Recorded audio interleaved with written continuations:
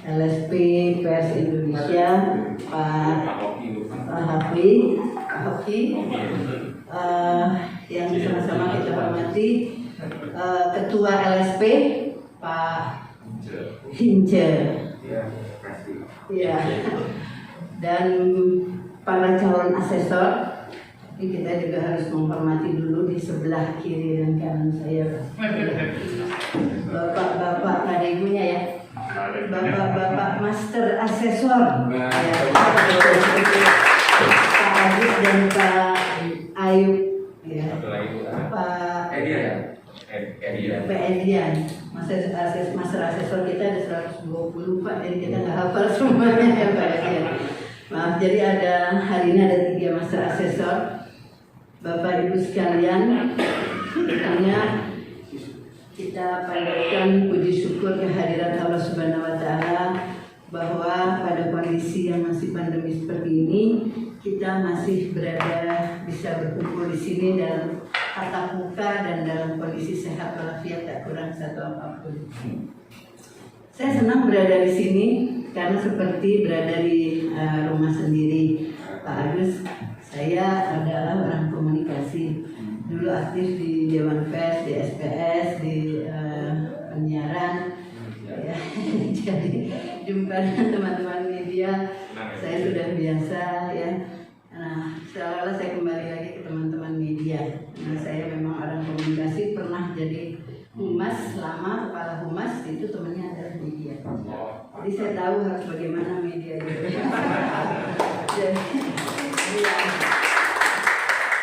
Itu satu boleh ya, tapi prosesnya lama mungkin gitu ya dulu ya, dibilangnya pakai SKK aja dulu karena prosesnya namanya juga nasional, harus ada konvensi, ada prakonvensi, ada konvensi, harus stakeholder semua. Jangan sampai diketok palu SKKNI-nya, tapi ternyata di sana masih ada wartawan yang bilang kok itu sih standarnya saya nggak setuju, kok ini sih, nah itu nggak boleh. Namanya SKKNI itu adalah sudah nasional. Nah itu, tapi masih ada lagi yang satunya SKK, standar kompetensi khusus. Bapak ambil yang itu, boleh kekhususannya, ya, sertifikat Dewan Pers. Oke. Kemudian saya tanya, sertifikat Dewan Pers itu standarnya apa? Nah, ini ada standarnya, saya pernah baca juga satu buku standar untuk menguji Bapak jadi wartawan berdasarkan sertifikatnya Dewan Pers. Nah, pada saat kami pelajari ternyata standar kompetensinya ya belum memadai sebagai seorang media ya atau seorang wartawan, sehingga mulailah kita duduk bareng Pak dengan Dewan Pers sebetulnya untuk membuka diri bahwa di media itu perlu gitu kompetensi ini ya. Yang menyatakan seseorang itu Bapak adalah kompeten menjadi wartawan muda, wartawan senior, wartawan apapun nanti Pak di skema itu adalah bukti kompetensi ya, harus dipastikan melalui uji sertifikasi kompetensi.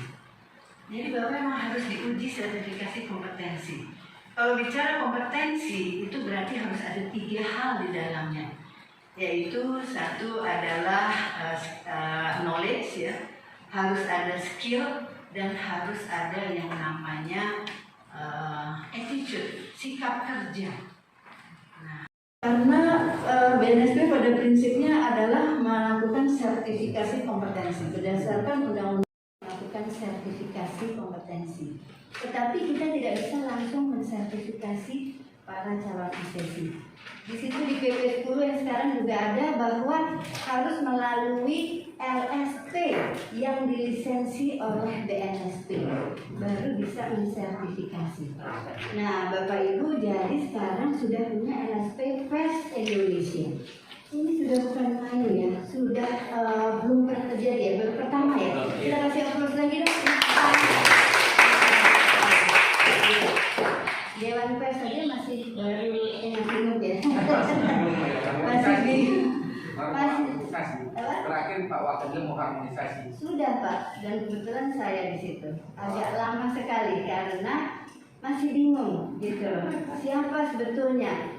Dewan Pers mau memberikan sertifikat boleh, Tapi bukan Dewan Persnya, adalah LSP ya kan saya barusan bilang perintah dari PP 10 jelas sekali bahwa LSP yang dilisensi oleh BNSP. Jadi bukan Dewan Persnya, harus punya LSP Dewan Pers. Nah ini yang sedang lagi digodok dan sudah fokus Pak, harmonisasinya sudah akan bentuk. Memotret Asian. Kenapa? Karena dia nggak punya sertifikat, maka terus berkembanglah LSP fotografi. Banyak karena mereka merasa perlu. Ya, sama ini nanti event-event internasional nggak boleh masuk Pak. Sekarang sudah mulai bertanya di mana-mana, yang ditanya adalah mana sertifikat. Nggak tanya lulusan mana, dulu sekolah apa jurnalistiknya, mau di UI ya, mau di mana kayak nggak ada urusan. Yang penting adalah Anda punya sertifikat nggak di bidang ini. Itu sudah internasional, sudah global seperti itu.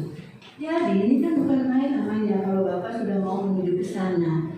Ya banyak sekali ke depan ini semua orang sudah berpikir sertifikat kompeten. Itu bukti bahwa Bapak itu kompeten, bukan sekedar wartawan. Bisa berwawancara Pak, saya juga bisa wawancara Pak, bisa ya. Kalau saya orang komunikasi, diajarin bikin lead, bisa bikin rilis tuh bisa banget orang wartawan media kan humas kan harus bisa bikin rilis ya. Iya, tapi apakah rilisnya diterima teman-teman media? Enggak, belum tentu. Nah, kemudian tadi skillnya, sifat kerjanya, nah, itu harus dibuktikan dengan sertifikat kompetensi. Oleh karena itu, terima kasih Bapak sudah punya LSP. Dengan tuntutan standar kewartawanan. Nah, untuk memastikannya, sertifikatkan kompetensi. Sejauh ini campaign pemerintah seperti apa? Sangat luar biasa. Sekarang ini sudah ada peraturan pemerintah nomor 18 tahun 2019, di mana semua sudah diramu di dalam peraturan itu. Yang salah satunya adalah pengembangan sistem sertifikasi nasional, dan Indonesia alhamdulillah sudah punya sistem sertifikasi nasional. Dan itu yang nanti akan diterapkan di LSP Pers Indonesia ini. Harapan ke depan dari pelatihan asesor ini seperti apa? Harapannya adalah terus berkembang, bahwa pelatihan ini adalah fondasi pintu gerbang pertama. Ya, selebihnya itu perlu pendalaman, perlu workshop, perlu pertemuan ilmiah mengembangkan FIK, TUK, skema dan lain-lain.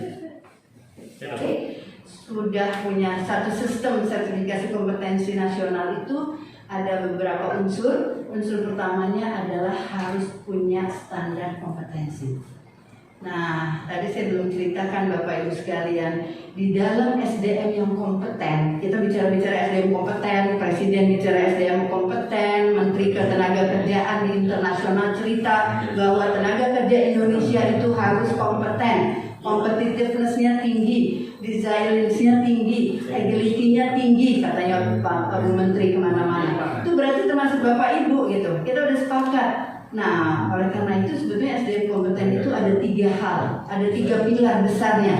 Kalau mau dibilang kompeten, Bapak Ibu harus punya standar kompetensi. Nah, kalau mau bilang kompeten dari mana dasarnya kalau nggak punya standarnya? Jadi harus punya standar kompetensi. Sudah punya ya? Tadi saya bilang SKK ya? Iya. Tapi kalau bisa SKKNI, kalau bisa nggak apa-apa. SKK itu namanya standar kompetensi, itu bisa 3 ya yang kita kenal di BNSP. Standar kompetensi kerja nasional Indonesia, SKKNI tadi disebut-sebut oleh Ketua LSP. SKKNI memang bersifatnya nasional Pak.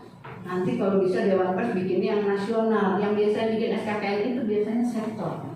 Memang sektor yang menyiapkan untuk punya standar yang nasional yang bisa dipakai oleh LSP se-Indonesia di bidang ini. Wartawan itu harus kompeten. Bapak satu hari kalau ada event internasional, ya kan, masuk ke Indonesia, kemudian diliput, respon begitu cepat bagaimana kondisi kompetensi di dunia wartawan. Ya, kita ajukan jempol. Mungkin yang lain nggak apa-apa. Saya khususnya bagusnya orang media gitu loh. Kalau yang lain mungkin nggak ngerasa. Oh enggak ya, yang terdepan maksudnya. Yang oleh bapak-bapak master kita, aduh bapak harus hormat, ini master asesor Pak.